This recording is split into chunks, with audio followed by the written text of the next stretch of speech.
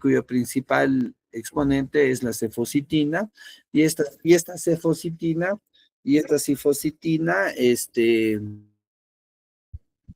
pertenece o se le llaman las cefamicinas, ¿no? Las cefamicinas son, entonces tenemos aquí el grupo de la cefocitina, pero también existen otros como el cefotetán o el cefmetazol, ¿no? Que vemos aquí, ¿no? En el caso de la tercera generación ya hemos visto, ¿no? Cuáles son sus indicaciones. No olvidar siempre, pues, que hay una subdivisión entre la ceftazidima, que tiene actividad contra pseudomonas, y las otras, como el cefotaxima y ceftaxona, que tienen actividad, eh, que no tienen actividad contra los pseudomonas, pero que es muy activo contra gram negativos y gram positivos, ¿no? Eso es lo que hay que tener en cuenta, ¿ya? A nivel de cuarta generación, recordar que tienen acción contra los estreptococos, ¿no? Sobre todo los sensibles y los resistentes. No, perdón, cuarta generación es pseudomonas y estreptococos, ¿no? Y gran positivos, perdón. En quinta generación tenemos el ceftobiprol, la ceftarolina, que el principal efecto o aspecto de actividad es frente a bacterias gram positivos resistentes como MRSA, estafilococcus aureus resistente a vancomicina, o Streptococcus pneumoniae resistentes a penicilinas, ¿no? También algunos gram como hemófilos inflamatorios, son agentes que producen, pues, neumonía, ¿no? Entonces,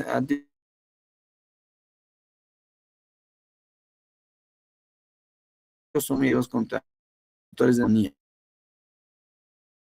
Las principales cefalosporinas, ¿no? Tenemos primera generación, se genera PNM, meropenem, y Astrionan, que es el último del grupo, ¿no? Las respuestas de las cefalosporinas,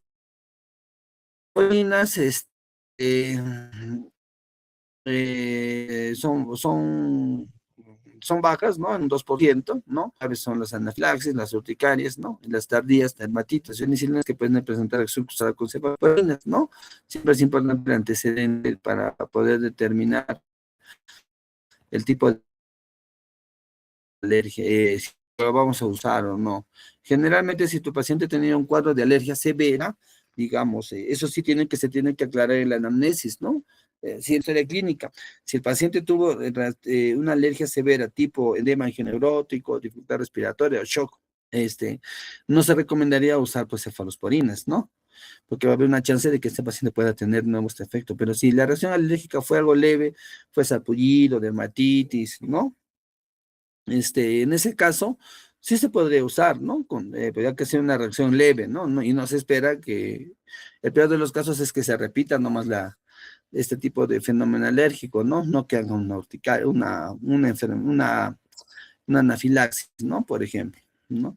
Eso hay que tener en cuenta. ¿Qué más? La diarrea es algo muy común con estos antibióticos, ya no se olviden. La citoxina puede producir barro biliar, ¿no? También desde CUMS positivo. Pues, algunos pueden producir alteraciones de la coagulación, ¿ya? Sobre todo de la tercera generación, ¿no? Y también pueden producir superinfecciones por gérmenes resistentes, ¿no? Por su acción antibacteriana, ¿no? O sea, un efecto adverso del uso de antibióticos es la resistencia, pues, ¿no? Con respecto a Monobactam, ya sabemos que Astrón es el único disponible y en el cuadro anterior se mencionan sus efectos adversos. En el caso de Carbapenems, ¿no? Son los más activos del grupo, ¿no? Aquí en la parte inferior se pueden ver sus principales indicaciones, ¿no? Ojo que los carbapenems no tienen actividad contra MRSA, ¿ya? Ese es su punto débil, ¿no? Te cubren todas las otras bacterias, pero activas contra MRSA. Ya, los efectos adversos también son parecidos a los de cefalosporinas, náuseas, vómitos, diarrea, exantema, flebitis, ¿no? y casi todos se asocian a convulsiones. ¿Por qué? Porque los carbapenems tienen un parecido al ácido gamma-aminobutírico y antagonizan su acción con su receptor, ¿no? El más frecuentemente asociado a convulsiones es imipenem, pero todos en general pueden producir. Ya, ahora vamos a pasar a los otros grupos de antibióticos, ¿no? Pues aquí tenemos a las quinolonas, ¿no? El primer miembro de la familia de los antibióticos quinolonas, ¿no? Fue llamado ácido nalidíxico, ¿ya? Que y tiene una estructura de 1,8 naftiridina, que fue identificada en 1962 entre los subproductos de la síntesis de la cloroquina. Tiene su amplio espectro de actividad acá está una buena absorción oral y una tolerancia global generalmente buena, han propiciado su uso clínico extenso de las nuevas fluoroquinolonas. Las quinolonas inhiben las actividades enzimáticas de las topoisomerasa, la ADN girasa, que también se le conoce como topoisomerasa 2, y la topoisomerasa 4, y favorece la escisión del ADN de estos complejos enzima ADN, ¿no? La ADN girasa actúa sobre todo sobre los gram negativos y la topoisomerasa 4 sobre los gram positivos, ¿no? Las quinolonas se dividen en generaciones, como pueden ver acá. La primera generación son las quinolonas como moléculas iniciales, las cuales en esa oportunidad se llamaban ácido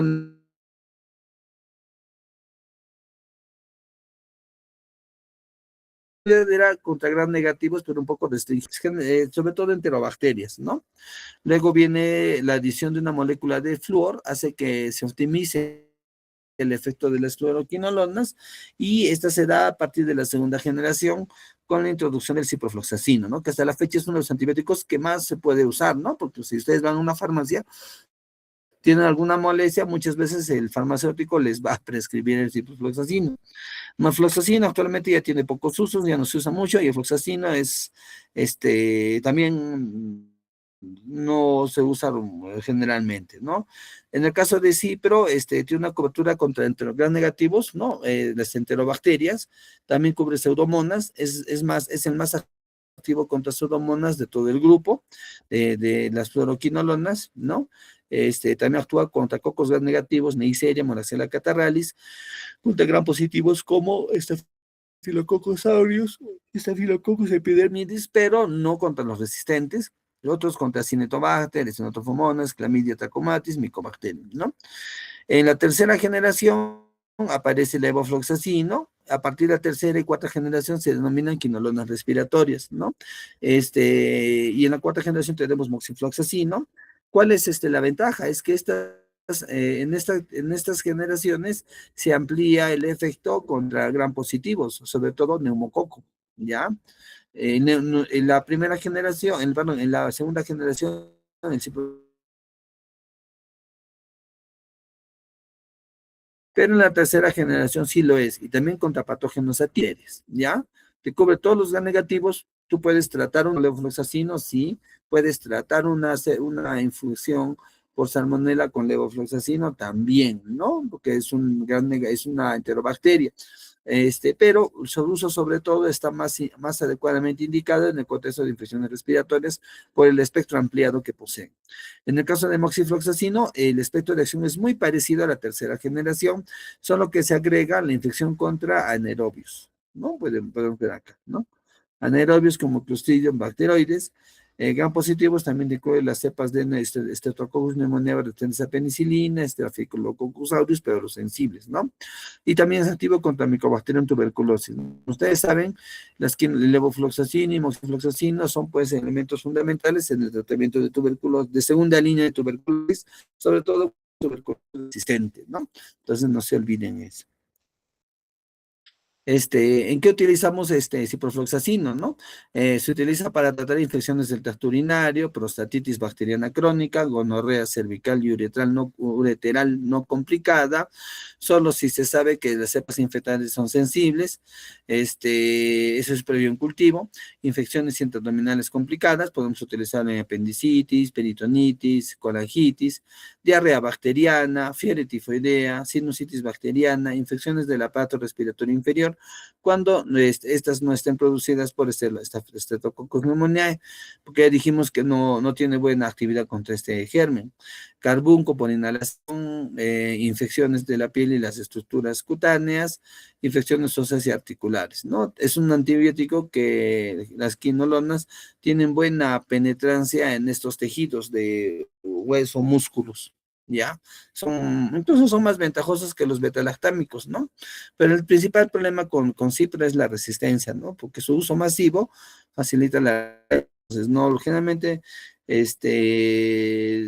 ideal sería utilizarlos con un cultivo previo, ¿no? Con un cultivo previo. Pero si no se dispone, pues es una opción que es válida para tratar infecciones, ¿no? Entonces no se olviden eso. No se olviden, sí, pero buena acción contra pseudomonas, no te cubre estreptococcus pneumoniae adecuadamente, ¿no? No se usa en neumonías. Entonces, levo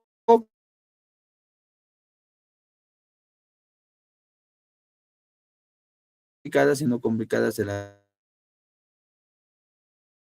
coli, Klebsiella, ¿no? Pielonefritis aguda, prostatitis bacteriana, agudizaciones bacterianas de la bronquitis crónica, ¿no? Neumonía adquirida en la comunidad, neumonía nosocomial, carbunco por inhalación, sinusitis bacteriana aguda, infecciones complicadas y no complicadas de la piel y las estructuras cutáneas, ¿no? Moxifloxacino también se utiliza para tratar neumonía comunitaria, bronquitis crónica, sinusitis bacteriana y como fármaco alternativa en la tuberculosis multiresistente, ¿no? Que usamos mucho en nuestro país.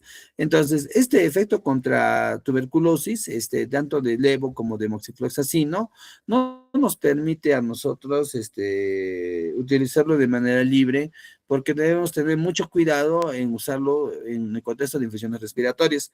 Tengan en cuenta que la tuberculosis es muy frecuente en nuestro país y las formas clínicas de tuberculosis muchas veces confunden, ¿no?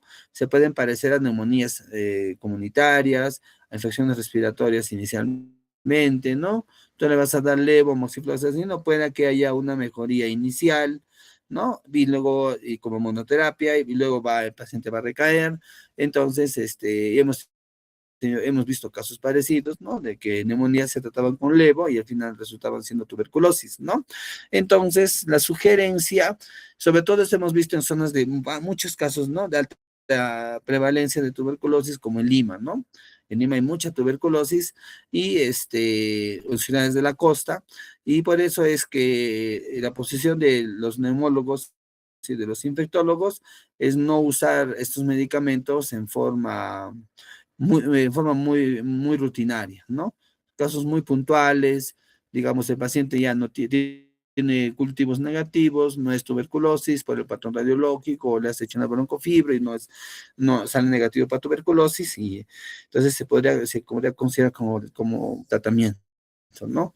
Pero en el caso de ustedes, ¿no? Como ustedes van a estar en primer nivel de atención, la sugerencia es usar otras opciones inicialmente, ¿ya? ¿Cuáles son los efectos adversos de las quinolonas? ¿No? Molestias digestivas, estimulación del sistema nervioso central y las menos frecuentes, convulsiones, tendinitis, rotura tendinosa. Es muy común, ¿ah? No se olviden. Yo he visto muchos pacientes con rotura de tendón de Aquiles por uso de cipro y de levo, ¿no? Enfermedad por cuestión difícil, las diarreas, problemas de glucosa, empeoramiento de la miastenia gravis, hay que tener cuidado. Hay una lista de medicamentos que no se pueden usar en miastenia gravis.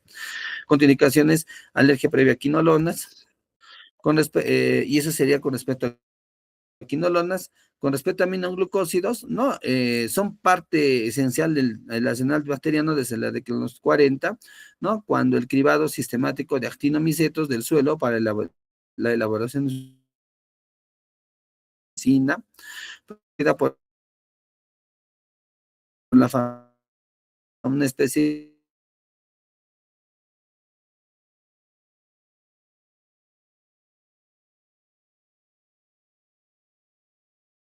dependiente de la concentración y prolongados efectos postantibióticos frente a organismos sensibles. Ya nos vienen, ¿no? Inhibición de la unidad ribosomal 30S, lo que va a llevar a la interrupción de la síntesis proteica, ¿no? Previniendo la formación del complejo de iniciación, produce lectura errónea del ácido ribonucleico, ARN mensajero, lo que conlleva la producción de una proteína defectuosa, lo que produce un daño a la célula bacteriana y se inhibe la translocación. Entonces la cadena se queda estancada allí, no pasa del lado aminoacil al lado peptidil o aminoacil al lado peptidilo en el ribosoma, de manera que se paraliza la síntesis proteica. El proceso es letal para la célula bacteriana. Al ser bactericida, produce la muerte bacteriana dependiendo de la concentración.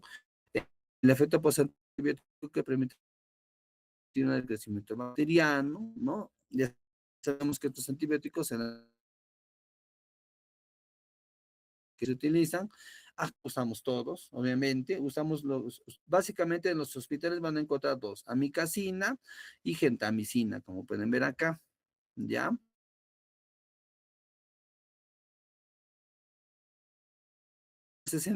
En el caso de tuberculosis van a encontrar que todavía se usa la canamicina o la tobramicina, ¿no? O la aminoglucósidos que son vía tópicas, ¿no? Como neomicina, ¿no? Por ejemplo, que se utiliza para algunas infecciones óticas, por ejemplo, ¿no? O generalmente en eso, ¿no? Entonces, no se olviden gentamicina y amicacina, que somos lo que usamos actualmente en nuestro medio. Indicaciones, ¿no? Infecciones por micobacterias, ¿no? Ya sean atípicas o tuberculosis. Se utiliza en el caso de brucelosis, colitis. En colangitis, bueno, no hemos hablado mucho del espectro de acción, pero básicamente el espectro de acción de estos antibióticos es gérmenes gram negativos, ya no se olviden, solo gram negativos, no tienen acción sobre anaerobios ni gram positivos, ¿ya? Entonces, como vuelvo a repetir, es muy activo contra micobacterias atípicas, brucelosis, colangitis, fibrosis quística, ¿no? Por la acción contra pseudomonas, diverticulitis, endocarditis. Endocarditis actúa como coadyuvante, ya no usan solo, sino van acompañado de un beta-lactámico o un inhibidor de la pared como la vancomicina. Son útiles en endoftalmitis, meningitis, enfermedad inflamatoria pélvica, peste, ¿no? Actúan sobre la yersinia, neumonía hospitalaria por el tema que cubren pseudomonas, sinergia en infecciones por gram positivos, tularemia e infecciones urinarias, ¿no? Entonces, esos son los usos del antibiótico, ¿no? ¿Cuáles son en donde sí o sí se usa bastante? En brucelosis, por ejemplo, se utiliza, en infecciones por micobacterias atípicas, es parte del esquema de tratamiento como uso alternativo es en colangitis, en fibrosis quística, diverticulitis, en oftalmitis, meningitis, enfermedad pélvica. ¿Por qué? Porque en estos casos hay otros esquemas de antibióticos que, ejemplo, se utiliza ceftriaxona, ciprofloxacina, ¿no? En estas infecciones, ¿no? Se usa en algunos casos en UCI como terapia inhalatoria, ¿ya? No se está usando actualmente ya como terapia empírica, ¿ya? ¿No? Y su uso actual más frecuente debe ser en infecciones urinarias. No serán las drogas de primera línea, pero son muy útiles en el caso de infecciones urinarias altas y en los cuales este paciente no quiere hospitalizarse para recibir ceftriaxona. Entonces, allí una amicacina o una gentamicina es una opción razonable, ¿no? Es razonable. Ojo, también teniendo en cuenta el paciente que tienen, ¿no? Ya sabemos que estos medicamentos tienen este efecto renal nefrotóxico, ¿no? Entonces, tenemos que ver qué tipo de paciente le vamos a usar, tener cuidado con los mayorcitos, tener cuidado con los diabéticos o los pacientes que ya sepan que tienen daño renal, ¿no? Entonces, tratar de no usarlos mucho en estos pacientes, salvo que no tengan ninguna otra opción, se corrige la dosis a la función renal y eso sería suficiente, ¿no? Efectos adversos, nefrotoxicidad, los más frecuentes, no se olviden, nefrotóxico y ototóxico, ¿no? Contraindicaciones, hipersensibilidad. Las interacciones medicamentosas, aumento de riesgo de nefrotoxicidad, Si se administra concomitantemente, por ejemplo, con otros nefrotóxicos como anfotericina, clindamicina, foscarnet, furosemida, contrastes radiológicos y vancomicina, ¿no? Entonces, tener cuidado con esos medicamentos, ¿no? Para poderlos usar. Con respecto ahora vamos a hablar acerca de macrólidos y cetólidos, ¿ya? Con respecto a este grupo de medicamentos, ¿no? Los macrólidos, es un nombre que se reserva para denominar a una familia de antibióticos, ¿no? Cuya estructura química posee 14 a 16 átomos de carbono, pero es un término muy amplio. Si ustedes buscan macrólidos en internet, van a ver que hay otros medicamentos, otras formas químicas que pueden estar incluidas. Pero dentro de lo que es antibióticos, estos solamente se consideran estas moléculas de 14 a 16 átomos de carbono, ¿no? Unidos en enlaces glucosídicos, uno o varios azúcares, ¿no? O básicos, ¿no? Eh, entonces, podemos ver aquí la clasificación de los macrólidos, hay un grupo de 14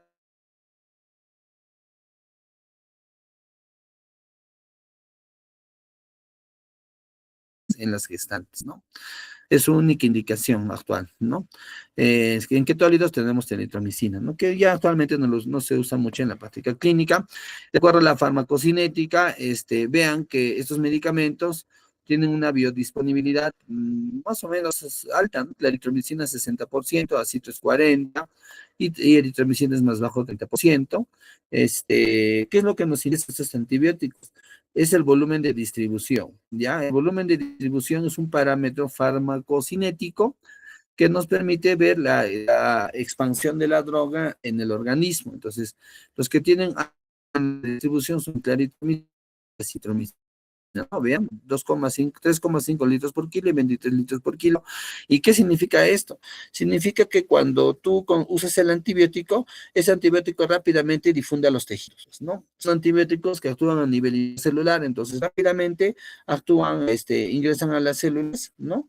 Y desaparecen sus niveles séricos rápidamente, ¿ya? Alguna característica adicional, por ejemplo, la citromicina es que tiene la vitamina más alta, y como ustedes saben, la citromicina se utiliza poca dosificación, ¿no? Tiene bastante, se reabsorbe constantemente porque también tiene un metabolismo a través de la vía biliar, ¿no? Como pueden ver acá, su metabolismo es hepático, ¿no? En gran proporción y se reabsorbe bastante bien. Eso hace que no necesite dar varias dosis consecutivas, ¿no? Generalmente es una dosis diaria, ¿no? La concentración en el citoplasma celular es varias veces superior a la sérica, ¿no? Lo que estábamos mencionando, a ese se le llama el volumen de distribución. La mayor parte del antibiótico se acumula en los fagolisosomas debido al carácter ácido de esas organelas, donde el macrófago se ioniza. Por la forma ionizada no difunde a través de la membrana lipídica y queda atrapada en el fagolisosoma. Entonces, con excepción de acitromicina, todos se metabolizan en el hígado y sufren un efecto de primer paso que puede disminuir de manera significativa su biodisponibilidad. En el caso de acitromicina, la molécula permanece bastante estable, ¿no? Citromicina y otros macrólidos con anillo de 14 átomos emplean la vía metabólica del sistema del citocromo P450, cuya actividad inhiben en mayor o menor grado. O sea, hay que tener cuidado cuando usas estos medicamentos, por ejemplo, con antituberculosos, ¿no? Podría haber algún efecto adverso.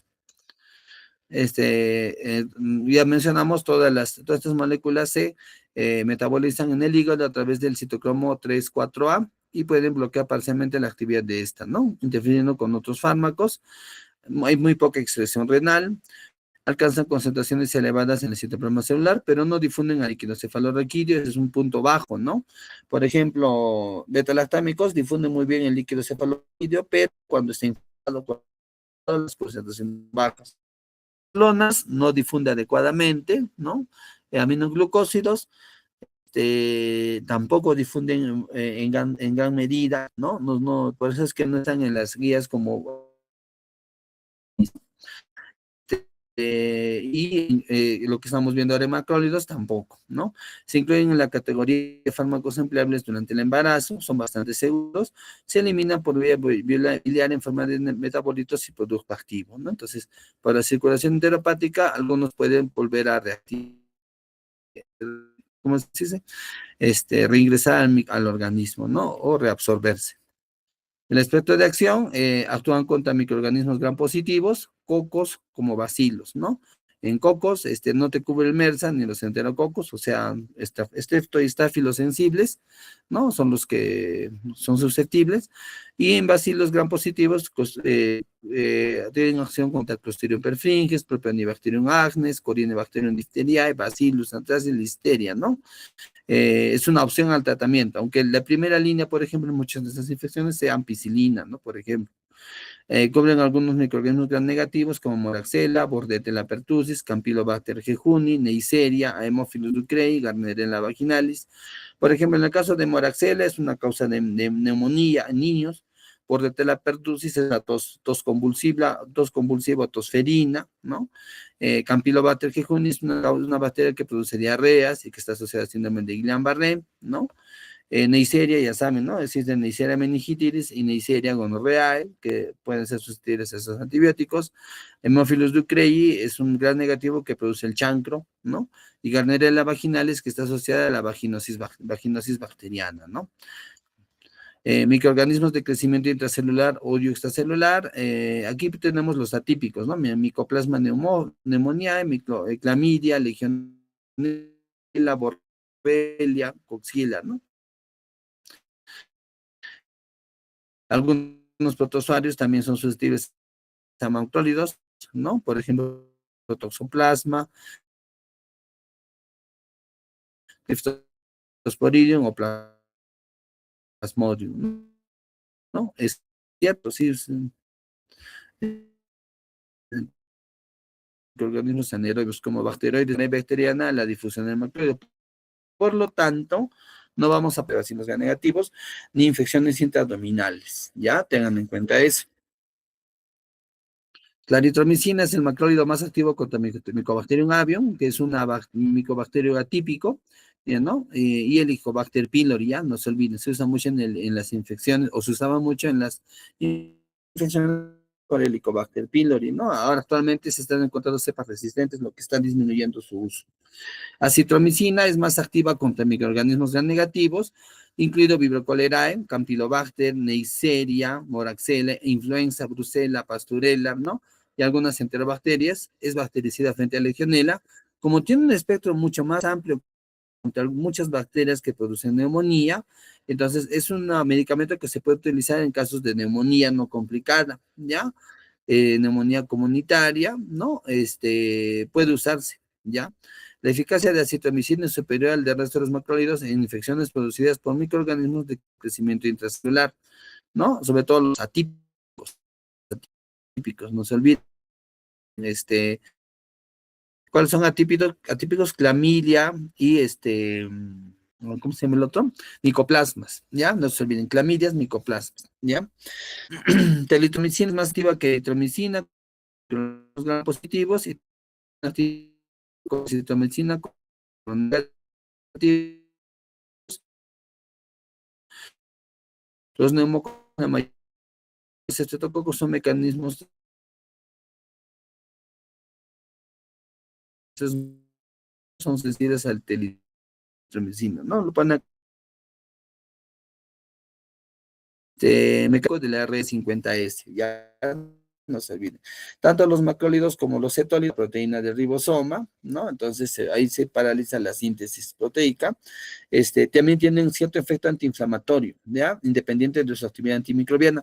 Por eso que van a escuchar que algunos macrólidos, por ejemplo, en neumología hemos escuchado que el uso de acitromicina puede favorecer, tiene un efecto inmunomodulatorio en los pacientes con EPOC, lo cual evita que tengan muchas exacerbaciones, ¿no? Eso por ejemplo, es un concepto que algunos neumólogos no manejan mucho. Los macrólidos desarrollan una actividad bacteriana lenta, tiempo dependiente y con efecto postantibiótico.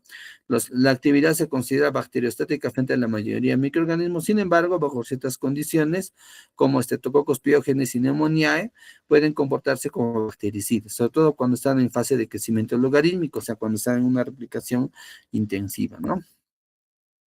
Indicaciones clínicas, se utiliza en tratamiento empírico de infecciones respiratorias, ¿no? Puede ser opción en caso de faringitis, infecciones respiratorias por gérmenes atípicos o que se sospeche que sean atípicos, ¿no? Y hasta neumonías, ¿no? Infecciones otorrinolaringeas o otitis, por ejemplo, y de piel y partes blandas de gravedad leve o moderada adquiridas en la comunidad, en las que neumococo, Streptococcus pyogenes o Staphylococcus aureus son los microorganismos causales más probables, ¿ya? En muchas otras de estas situaciones son el tratamiento de elección y en otras incluyen entre las alternativas a la penicilina en pacientes alérgicos con esta, ¿no? En el caso de faringitis, por ejemplo, no lo que estamos mencionando. Pero ojo que no es, por ejemplo, claritromicina o eritromicina o acitromicina en el caso de faringitis, no es superior a penicilina sigue siendo mucho, mucho mejor. Ya no es algo que debería ser, como digo, una opción de segunda línea, ¿no?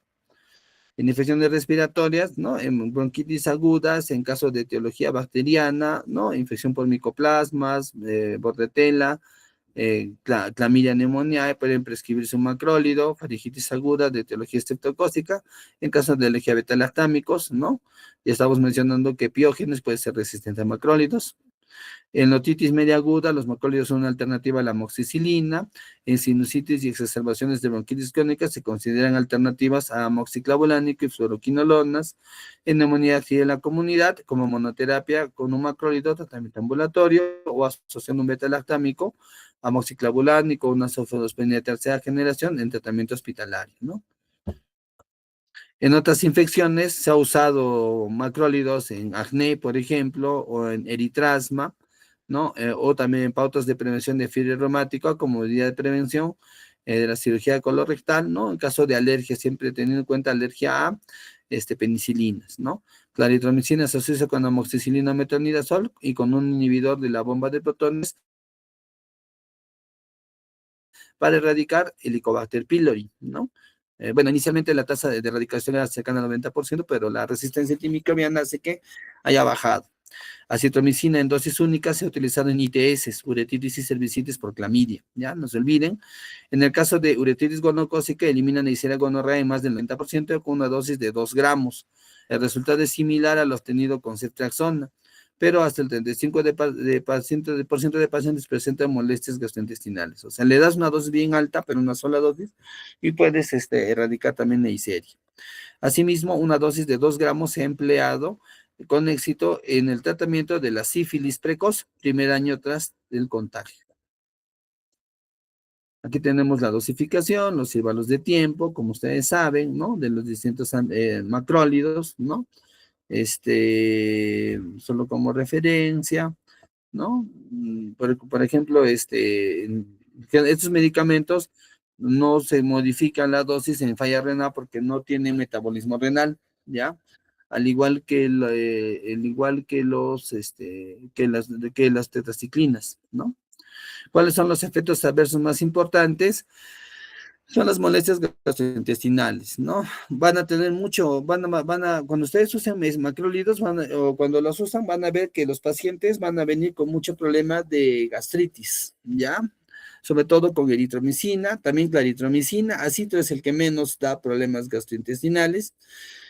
También se ha visto pancreatitis, por ejemplo, con el uso de eritromicina. Una complicación rara del uso de eritromicina es la hepatotoxicidad, hepatitis colestática en gestantes, ototoxicidad con el empleo de altas dosis, ¿no? Pueden ocasionar también alargamiento del intervalo QT. Se han descrito casos excepcionales de episodios de taquicardia ventricular polimórfica. El efecto puede potenciarse con los antiarrítmicos de clase 1, ¿no? Por ejemplo. Vamos a hablar acerca ahora de tetraciclinas. ¿Hasta aquí alguna pregunta, chicos? Doctor, Disculpe, hay momentos que se está entrecortando un poquito, de repente su conexión a internet está un poco rara. Hay momentos que se está entrecortando bastante, por favor. En qué parte no se ha escuchado claramente? Justamente cuando hablaba en la parte de los macrólidos, cuando hablaba sobre el embarazo dentro de los macrólidos, ahí se cortó prácticamente todo lo que explicó. Mm, Para ya, mencionar, creo que, bueno, en el tema de embarazo en macrólidos, los macrólidos son categoría B, así que no hay mucho problema con los gestantes, se puede usar. Algo más respecto a las gestantes es, en el caso de toxoplasmosis en gestantes, no se usa citromicina, el tratamiento de elección es un medicamento llamado espiramicina, que está aquí, que es un macrólido que no está disponible en nuestro país. Generalmente se puede usar clindamicina también, o a veces hemos usado acitromicina para poder manejar a las gestantes con sospecha de toxoplasma. Ya, ¿qué más? ¿Dónde está la parte? Había una parte donde hablamos de la gestación. No lo menciona aquí. Ya, como resumen de este grupo de medicamentos, en las indicaciones, ya macrólidos, son tres: eritromicina, claritromicina y acitromicina. Eritromicina solo la van a reservar para infecciones de piel y blandas, de piel y partes blandas, y para infecciones, faringes, ¿ya? Es la única indicación de eritromicina, no se utiliza para otros tipos de situaciones. Claritromicina y acitromicina sí tienen más indicaciones. Claritromicina y acitromicina son opciones de tratamiento en neumonía. ¿Ya? Como menciona ahí, neumonías atípicas, infecciones traqueobronquiales, bronquitis, en la cual se sospeche que haya una sobreinfección bacteriana, ¿no? También se pueden utilizar en infecciones de oído, en infecciones de senos paranasales, y son alternativa en caso de alergia a penicilinas. No puedes usar penicilina en faringitis, puedes utilizar macrólidos, también en partes blandas, pero por ejemplo, allí clindamicinas y profloxacinos serían mejores, ¿no? Son más superiores. Entonces, si queda también con un uso probable, ¿no? Pero ya no sería un medicamento ni de primera ni de segunda línea, ¿no? En eso. Claritromicina, aparte, no se olviden, se utiliza para tratar Helicobacter, ¿ya? No se olviden, se utiliza para tratar Helicobacter. Y acitromicina sí tiene muchos más usos. Aparte de las infecciones respiratorias, vas a usar acitromicina para ITS. Clamidia, 1 gramo es la dosis, monodosis, y gonorrea, 2 gramos es la dosis, ¿no? También en caso de alergia, puedes usar a penicilinas. Si quieres tratar sífilis, puedes usar acitromicina, pero ojo que no, solo es en caso de alergia, porque la droga puede tener fallas, ¿no? Hay más tasa de fallas con las alternativas que con la penicilina, ¿ya? Entonces, esos son los principales usos. Si me estoy olvidando algo, ¿no? Infecciones respiratorias. También se puede utilizar en exacerbaciones de EPOC, ¿ya? Pacientes con EPOC que empiezan a tener cambio en la flema, empiezan a hacer un poco de malestar, ¿no? Empieza a aumentar la flema, se vuelve más densa. Hay muchas veces está involucrado Haemophilus influenzae, puedes utilizar acitro, por ejemplo, ¿no? Si no lo ves tan mal, si lo ves, o sea, si el paciente no está muy agitado, ¿no? Pero si el paciente está muy, muy descompensado, pues no vas a utilizar acitromicina, tienes que recibir otro tipo de antibióticos, ¿no? Ahí vendría ceftriaxona, por ejemplo, ¿no?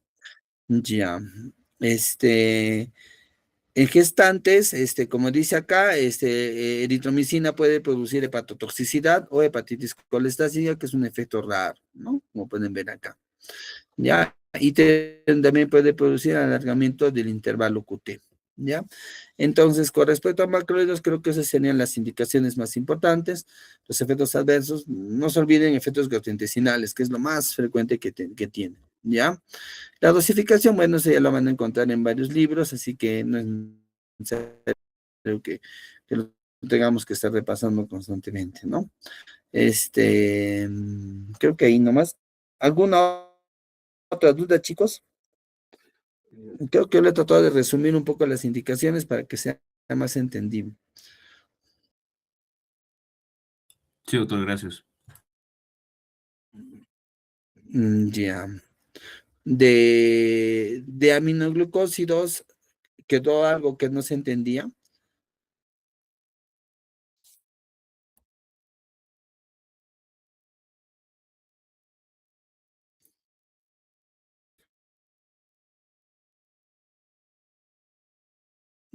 De aminoglucósidos se entendió o algo quedó, no quedó muy claro. Quedó claro, doctora. Ya, como tareita, después también aminoglucósidos, busquen en internet cuál es el aminoglucósido más nefrotóxico y cuál es el aminoglucósido más ototóxico. ¿Ya? De repente entra en el examen.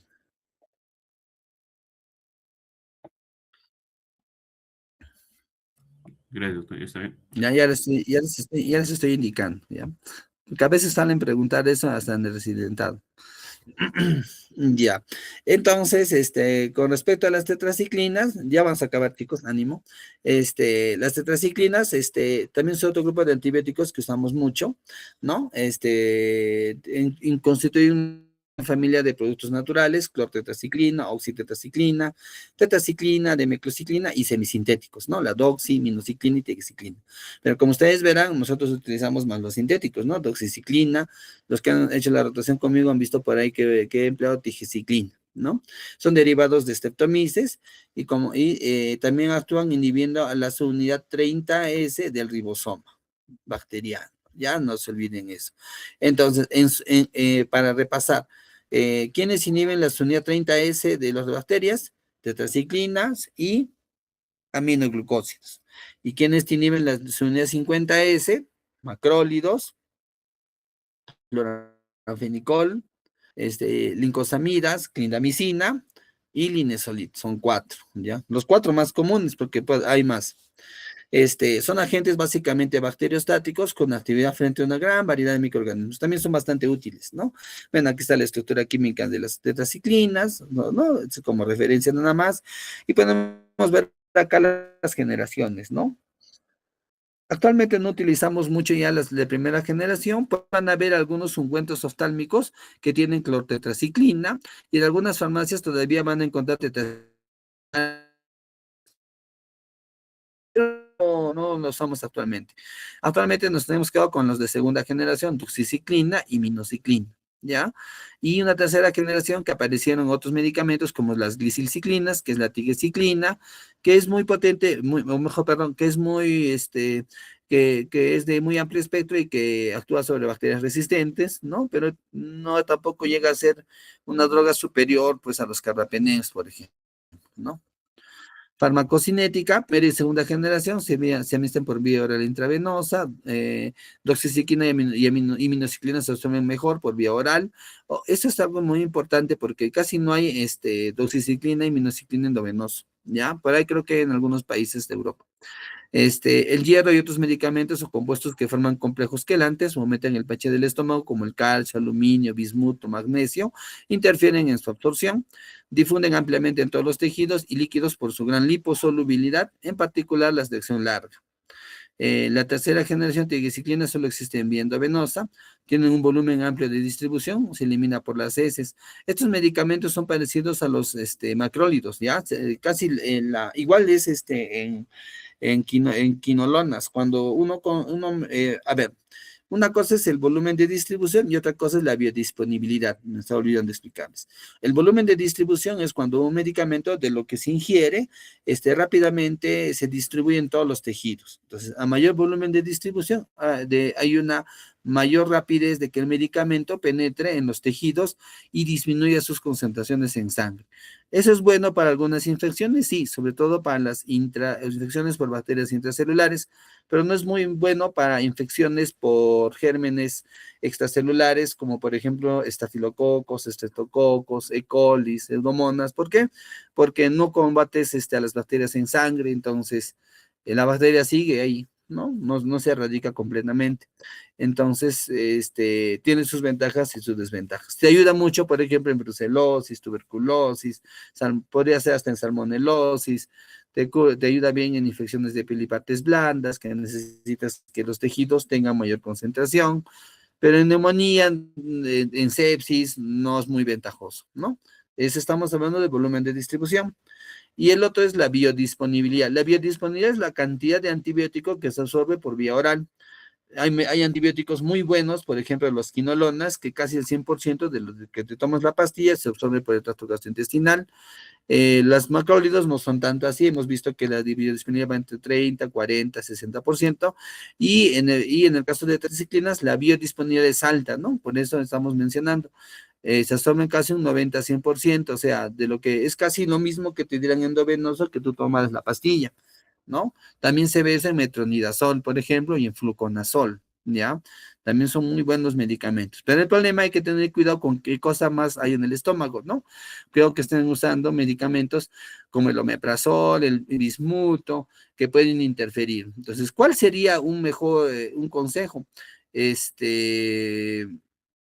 Puede hacer para poder mejorar un poco esto. A veces damos incluso omeprazol, ¿no? Porque hay mucha gastritis por el medicamento, pero lo que se puede hacer es de repente ampliar el intervalo. Por ejemplo, que no mezclar los medicamentos y de repente la tetracyclina que sea muchas horas después de que se usa el omeprazol, de manera que no se utilice en el pico de la acción de la droga, ¿no? Podemos hacer eso, ¿no? Digamos, a más de 3 a 4 horas después del uso del omeprazol, que se pueda tomar la doxiciclina, ¿no? O en todo caso, al paciente, generalmente lo que recomendamos es que coma bien, ¿no? Y que en el estómago lleno, que tome la doxiciclina, ¿no? Para que no tenga tanto problema. A la mayoría le va bien, pero siempre hay personas que tienen más susceptibilidad y les afecta, ¿no? Y en esos casos sí es un poquito más complicado porque en la medida que usas más antiácido, menos podría absorberse de la droga, ¿no? Su eficacia depende del tiempo que la concentración tisular sea mayor que la concentración inhibitoria mínima, o sea, son concentración dependiente.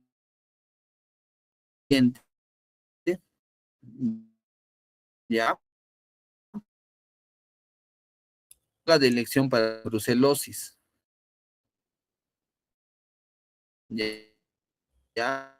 Doctor, disculpe, se está entrecortando.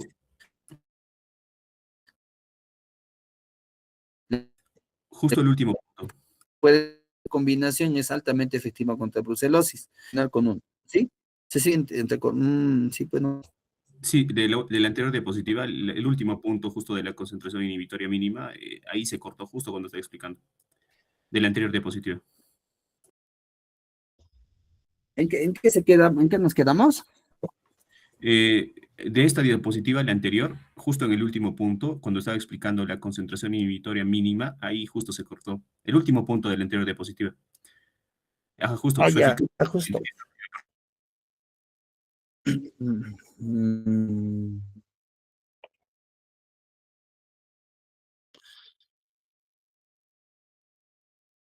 Ya, entonces acá me menciona que su eficacia depende del tiempo que la concentración tisular sea mayor que la concentración inhibitoria mínima, ¿no? Del tiempo que la concentración tisular sea mayor que la concentración inhibitoria mínima, ¿no? Aquí, por ejemplo, no, en esta última parte como que no queda muy claro, ¿no? Al final se le pone que es concentración dependiente, ¿no? Entonces, ¿qué significa esto?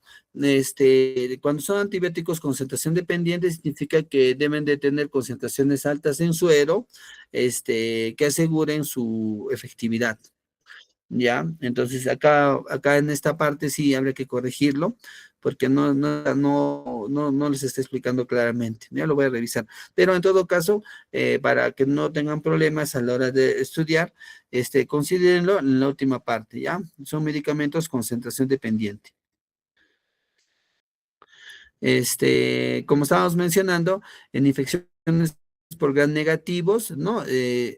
Doxiciclina es una droga muy importante contra brucela, contra infecciones por clamidia. Ustedes saben que clamidia es una cosa muy frecuente de ITS, ¿no? Es un medicamento muy útil, ¿no? El granuloma inguinal también es causado por clamidias también, o por esta otra bacteria, Calimantobacterium, que también es activo. Infecciones del tracto respiratorio causadas por Mycoplasma pneumoniae, en peste causada por Yersinia pestis, en cólera causada por Vibrio cholerae, en bartonelosis es una alternativa y en chancroide por Haemophilus duqui también una alternativa. Entonces, ¿qué podemos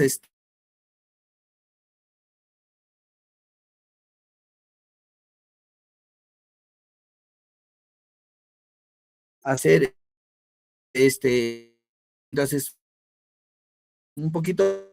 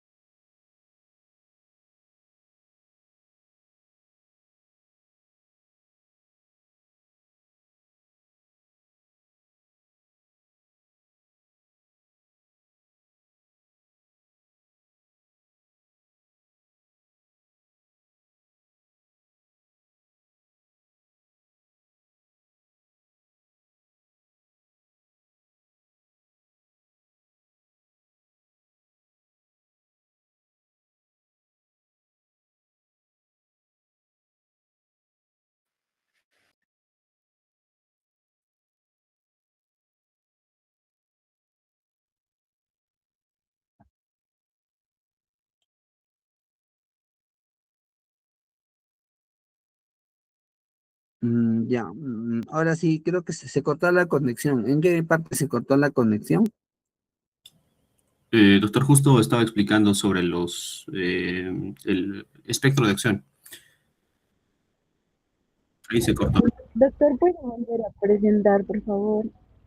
Ajá, sí, lo estoy volviendo a... Sí, sí, se visualiza, gracias. ¿Se ve? No les diapositiva. Ya, sí se ve, doctor. ¿Las diapositivas se ven? Sí, doctor, sí se ve. Doctor, Ya. Ya, a ver, entonces, otra vez para poder orientar, ¿en qué casos, bueno, a ver, entonces, lo que estaba comentando era, tanto tetraciclinas como macrólidos casi van por ahí en el espectro de acción, casi cubren las mismas infecciones. En algunas gana tetraciclinas y en otras ganan los macrólidos, ¿ya? Hay infecciones en las cuales tetraciclinas deben de usarse como primera línea. Por ejemplo, aquí vemos en la diapositiva, podemos ver, ¿no? Infecciones por gram negativos, brucelosis, ¿no? En el caso de brucelosis, doxiciclina es el tratamiento de elección, ¿ya? No hay alternativa con macrólidos, se utiliza solo doxiciclina más rifampicina, ese sería el núcleo para el tratamiento, ¿no? La combinación más efectiva. Existe tipo de infecciones, pues, sobre todo Clamidia trachomatis que produce, ¿no? Las ITS, ¿no? Uretritis, linfogranuloma venéreo, tracoma, se utiliza perdón, se utiliza doxiciclina, es dicho, es mejor decir, tetraciclinas como primera elección, ¿ya? No se olviden, ¿ya? Se utiliza para tratar clamidia, es un gramo cada perdón, la dosis es igual, 100 cada 12, ya 100 miligramos cada 12 horas, ¿no? Como segunda línea podría ser el uso de macrólidos, por ejemplo, ¿ya? Pero en primera instancia es el uso de doxiciclina. Luego tenemos infecciones de tracto respiratorio causadas por Mycoplasma pneumoniae, peste causada por Yersinia pestis y cólera causada por Viro cholerae, en los cuales son alternativos, ¿ya? No son drogas de primera elección. Bartonelosis también es alternativo, y chancroide por Haemophilus duqueyi también es droga alternativa, ¿no? Porque aquí, por ejemplo, en Haemophilus puedes usar ceftriaxona y es bastante bueno. Y en bartonelosis utiliza cipro o ceftriaxona, que también son bastante buenos, ¿ya? En el caso de infecciones respiratorias, en la parte de neumonía también hemos visto, ¿no? Que te dicen, ¿no? La guía, puedes usar macrólidos o tetraciclinas. Cuando mencionan tetraciclinas, hablo de doxiciclina. En realidad no hay un estudio que diga cuál es mejor en neumonías atípicas. Entonces los dos van por igual. Depende muy de la elección del prescriptor, ¿no? Bueno, utilizarás más acitro porque es menos gastrolesivo, ¿no? Que doxiciclina, que podría causar molestias estomacales, ¿no? Pero a salvo ese comentario, no habría algún modo de establecer alguna diferencia. En infecciones por gram positivos, cuando las pruebas bacteriológicas indican una susceptibilidad o sensibilidad adecuada a la droga, puedes utilizar, ¿no? En infecciones por Streptococcus pneumoniae, ¿no? Que es una indicación bastante común, ¿no? En anthrax, ¿no? Producido por Bacillus anthracis, ¿no? Es una droga también muy importante, y en infecciones causadas por Clostridium, en algunos casos se pueden utilizar, ¿ya? Acá en indicaciones, cuando la penicilina está contraindicada, es un fármaco alternativo en el tratamiento de las siguientes infecciones: gonorrea no complicada, causada por Neisseria gonorrhoeae, antes de usar acitromicina, es una buena droga. En sífilis, también antes de usar acitromicina, recomiendan usar doxiciclina, ¿no? Aquí están las pautas, ¿no? Si es una sífilis temprana, son 100 miligramos 2 veces al día por 2 semanas, y si es más de un año, son 100 miligramos 2 veces por día, pero por 4 semanas. Otras infecciones por treponema, ¿no? Hay unas infecciones que se ven en África que se llaman frambesia o pian.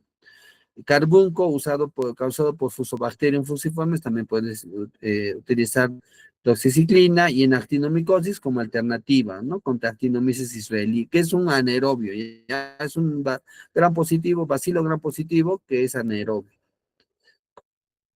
Infecciones cutáneas y pulmonares, en acné severo, no, se usa mucho doxiciclina. ¿Por qué? Porque tiene actividad contra Propionibacterium acnes, ¿ya? Es bastante activo contra Propionibacterium acnes. Y aparte que tiene un poder inmunomodulador, igual que los macrólidos, y también clindamicina. Infecciones de prótesis de cadera, bueno, también se puede utilizar. ¿No? Como dice acá, en simbiosis en Propionibacterium acnes con estafilococos, también puedes utilizar doxiciclina. Neumonía comunitaria en pacientes sin comorbilidades y por gérmenes atípicos también, ¿no? Lo que hemos revisado en las guías, ¿no? De neumonía. En infecciones de transmisión sexual, infecciones gonocócicas no complicadas, en infecciones no complicadas uretrales, endocervicales o rectales causadas por clamidia. Epididimorquitis aguda causada por Neisseria o Clamidia trachomatis, ¿no? También se puede utilizar. Entonces, en ITS, por ejemplo, doxiciclina es mejor que macrólidos, ¿no? Efectos adversos, o mejor dicho, son más preferidos porque tienen menos tasas de resistencia. Los efectos adversos de las tetraciclinas generalmente es diarrea asociada a antibióticos, ¿no? El tratamiento con agentes antibacterianos altera la flora del colon y puede producir diarrea leve hasta crecimiento excesivo de Clostridium difficile. Trastornos gastrointestinales, dolor abdominal, náuseas, vómitos. Por eso un poquito hay que tener cuidado porque puede causar gastritis, glositis, disfagia, dispepsia, ¿no? Dice, el uso de fármaco a clase de las tetraciclinas puede causar decoloración permanente de los dientes, amarillo, gris, marrón, o sea, el diente puede tornarse de estos colores durante el desarrollo dentario, es decir, durante la última mitad del embarazo, a la primera infancia y niños hasta los 8 años. Entonces, hay que tener cuidado porque estos fármacos no se utilizan en gestantes y no se utilizan en niños pequeños. ¿Ya? Entonces, acuérdense, ese es el punto débil de las tetraciclinas, porque los macrólidos sí los puedes usar, ¿no? Digamos, tienes una gestante y le encuentran clamidia, no le vas a dar doxy, le tienes que dar, por ejemplo, macrólido, ¿no? Hay que tener cuidado, ¿no? Trastornos de la piel y el tejido subcutáneo, puede producir otro efecto adverso muy común de las tetraciclinas, de la doxiciclina, es pues que produce hipersensibilidad cutánea, ¿ya? Da erupciones, incluidas erupciones malopapulares y eritematosas, reacciones de fotosensibilidad de la piel, o sea, cuando la persona sale al sol se pone colorada fácilmente, ¿no? Fotonicólisis, eritema multiforme, dermatitis exfoliativa, se ha visto casos de Steven Johnson y necrólisis epidérmica tóxica, ¿no? Entonces, siempre hay que orientar al paciente sobre el uso de las tetraciclinas si presenta alguno de estos efectos, ¿no? Puede producir trastornos hematológicos, anemia hemolítica, trombocitopenias, ¿no? Neutropenias, ¿no? Trastornos del sistema inmunológico, ya mencionamos hipersensibilidad, shock anafiláctico, hipotensión, pericarditis, edema neurótico, aunque todo eso es parte de las reacciones de hipersensibilidad, ¿no? También el paciente que tiene lupus puede causar exacerbación de lupus, una enfermedad llamada enfermedad del suero, que es una enfermedad autoinmune, edema periférico, taquicardia, urticaria. Trastornos del sistema nervioso, dolor de cabeza, abrumamiento de Fontanella en lactantes e hipertensión endocrinal benigna en adultos. Trastornos hepatobiliares, anomalías de la función hepática, hepatitis, y rara vez se ha observado hepatotoxicidad. O sea, se elevan las enzimas hepáticas, pero no llegan a producir alguna falla clínica, ¿no? Interacciones medicamentosas, debido a que se han demostrado que las tetraciclinas deprimen la actividad de la protrombina. Los pacientes que estén en tratamiento con anticoagulantes pueden requerir reducción de la dosis del anticoagulante, hay que tener cuidado. La absorción de las tetraciclinas es deteriorada por los antiácidos que contienen aluminio, calcio, magnesio y los preparados que contienen hierro, ya lo hemos mencionado, disminuyen su absorción y también por el subsalicilato de bismuto, el bismutol altera la absorción de las tetraciclinas. No hay que mezclarlos, ¿no? En otras palabras. Ya para terminar, vamos a hablar acerca de un fármaco que es un grupo de fármacos que es la anerobicina, ¿no? Que es el grupo del metronidazol, que son los nitrimidazoles, ¿no? El metronidazol es un compuesto, ¿no? 5-nitrimidazol, introducido en el año 59, que inicialmente se utilizaba para tratar infecciones por tricomonas. Tiene potente actividad anaerobicida, es el gold estándar frente a anaerobios, ¿ya? Es útil en muchas infecciones parasitarias, aunque nuevos compuestos como tinidazol, nitazosanida, lo han desbancado parcialmente, o sea, lo han desplazado, ¿no? ¿Por qué? Porque metronidazol, por ejemplo, se usa 7 días, dinidazol lo usa solo 3 días, entonces es mejor, ¿no? Además del metronidazol, se han desarrollado otros 5 nitrimidazoles, otros moléculas llamadas 5-nitrimidazoles de características farmacocinéticas y antimicrobianas similares, ¿no? Tinidazol, ornidazol, benzidazol, que se absorben muy bien por vía oral. Ojo que no tiene nada que ver con lo que es albendazol, bebendazol, ¿ya? Esos toman por otro lado, ¿ya? Son otro tipo de fármaco. Se absorbe muy bien por vía oral y su biodisponibilidad es superior al 90%, ¿no? También metronidazol se absorbe mucho de lo que se toma vía oral o es casi la misma absorción vía oral o endovenosa, ¿no? Es algo bastante bueno. Se distribuye ampliamente y alcanza todos los tejidos y líquidos por vía oral o intravenosa. Miren, ¿no? Se concentra en saliva, bilis, huesos, hígado, pulmón, líquido peritoneal, semen y secreciones vaginales. Se une escasamente a proteínas, atraviesa la placenta y la barrera hematoencefálica. Entonces, a veces el hecho que no se unan mucho las proteínas le facilita que difunda rápidamente a los tejidos, ¿no? La eliminación es fundamentalmente a través de la vía renal. Cerca del 60-80% se excreta en la orina, el 20% como fármaco sin cambios y el 6-15% en las heces sin metabolizar. ¿Cuál es el espectro de actividad? Entonces, este fármaco es mitad antibiótico y mitad antiparasitario, ya no se olviden. El espectro de actividad incluye protozoarios, ¿no? Bacterias anaerobias y algunas microaerófilas. No es activo frente a actinomices, que es otro anaerobio que es muy sensible a las penicilinas. Este, es muy activo frente a prácticamente a todo tipo de bacilos gram negativos anaerobios, frente a Gardnerella vaginalis también y Helicobacter pylori.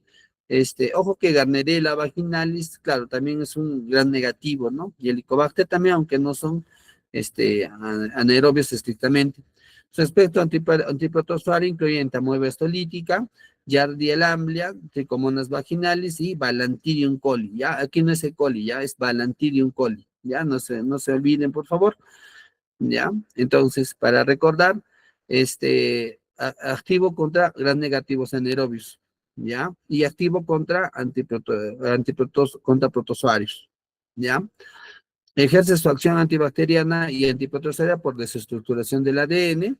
Dentro de la célula es reducido por las proteínas del metabolismo anaerobio. Entonces, el metronidazol reducido produce pérdida de la estructura helicoidal del ADN, rotura de la cadena e inhibición de la síntesis de ácidos nucleicos y muerte celular, y genera compuestos que son tóxicos para la célula.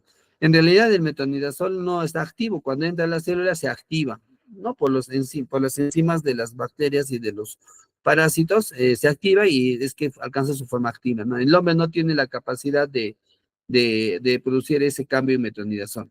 Es eficaz en el tratamiento de la mayoría de las infecciones por anaerobios, ¿no? Yo lo pongo en rojo porque es lo más importante que deben de saber. Es útil en combinación con aminoglucósidos en el tratamiento de infecciones polimicrobianas, de tejidos blandos, infecciones mixtas donde consideramos que hay anaerobios, ¿no? Intraabdominales y pélvicos, ¿no? Entonces, todo lo que sea, entonces, bajo esta lógica, todas las infecciones que sean por anaerobios, vamos a tener como alternativa el uso de metronidazol, ¿ya? Entonces, acá, como ejemplo, ponen abscesos cerebrales, pero bajo ese mismo contexto, ustedes lo pueden aplicar en abscesos pulmonares, abscesos abdominales, peritoneales, abscesos en pelvis, ¿no? Algunos abscesos de piel y partes blandas, sobre todo cuando hay crepitación, burbujas, deberías usar metronidazol en forma adyuvante, ¿no? No solo el metronidazol, sino en forma adyuvante con otros antibióticos, ¿no? En endocarditis por gérmenes anaerobios también se utiliza. En colitis postantibiótica por Clostridium difficile también lo puedes utilizar. En infecciones mixtas en donde se presuponga la presencia de estreptococos anaerobios o facultativos, se aconseja incluir una penicilina o clindamicina, ya que es poco o nada activo frente a ello.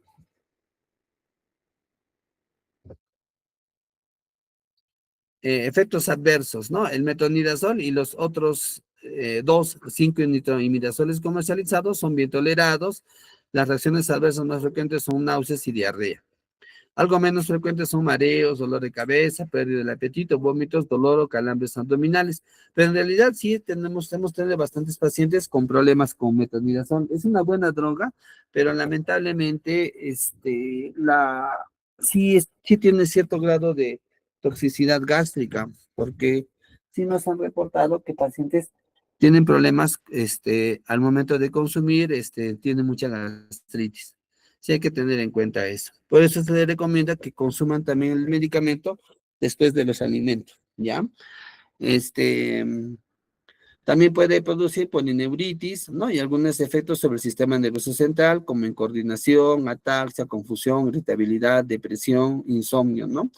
El metronidazol y el tinidazol pueden producir reacciones de tipo disulfiram, o también le llaman fenómeno de antabucil, ¿ya? Cuando se administra en pacientes que ingieran el alcohol, ¿ya? El disulfiram era una droga que antiguamente se utilizaba para el tratamiento del alcoholismo, que lo que hacía era potenciar los efectos tóxicos del alcohol. Entonces, los pacientes que tomaban disulfiram y consumían o bebían alcohol, desarrollaban náuseas, vómitos, dolores de cabeza muy fuertes, se sentían, ¿no? Peor que una resaca, ¿no? Entonces, eso les quitaba las ganas de tomar alcohol. Bueno, en realidad, pues no es la cura, pero ayudaba en parte, ¿no? Bueno, y con eso terminamos. ¿Alguna pregunta, chicos?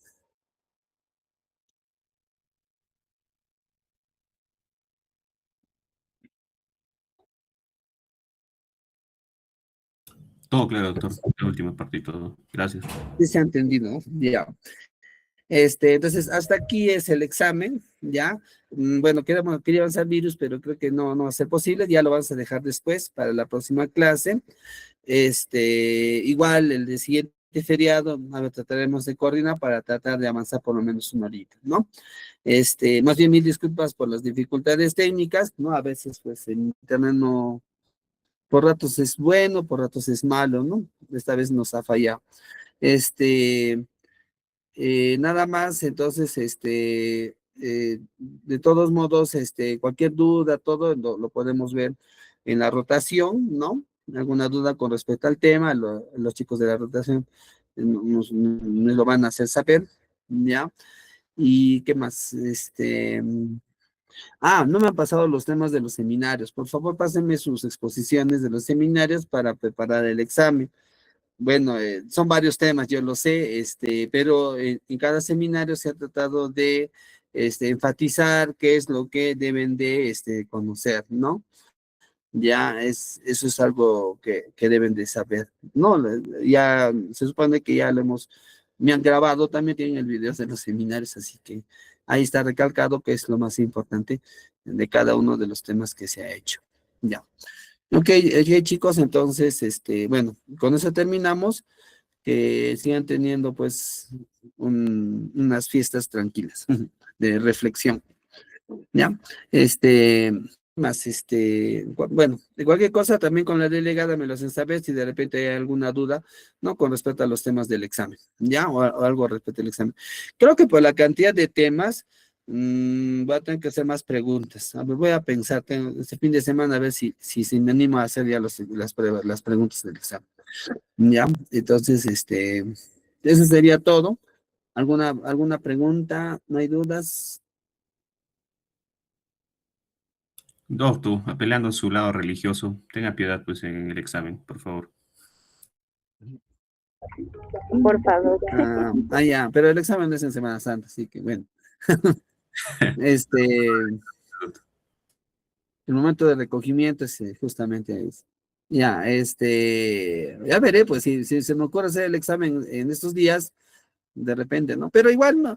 Mire, en realidad, pues solo se pregunta lo que se ha hablado en clases, ¿ya? Esa es la clave, ¿no? Ustedes bueno, tienen ahí las grabaciones, no puedo negar que no la tengan, y ahí está todo lo que se ha hablado, ¿no? Entonces, eso es lo que, póngale más énfasis para estudiar. Yo sé que son muchos temas, obviamente los temas más importantes es este de los antibióticos, es el tema de los síndromes, ITUS, lean bien ITUS, porque de esos vienen los casos clínicos de una de ITUS, de neumonía, meningitis, eso tienen que conocer bien.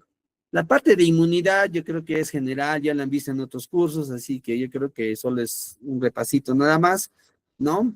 La parte de métodos de diagnóstico, sí a veces es un tema un poco largo, tiene muchos nombres nuevos, o de repente nunca los han escuchado, pero yo les sugeriría que acuérdense bien las técnicas moleculares, no todas, acuérdense bien el PCR, acuérdense bien Malditov, acuérdense bien en la serología, como es un ELISA, como es un Western blot, que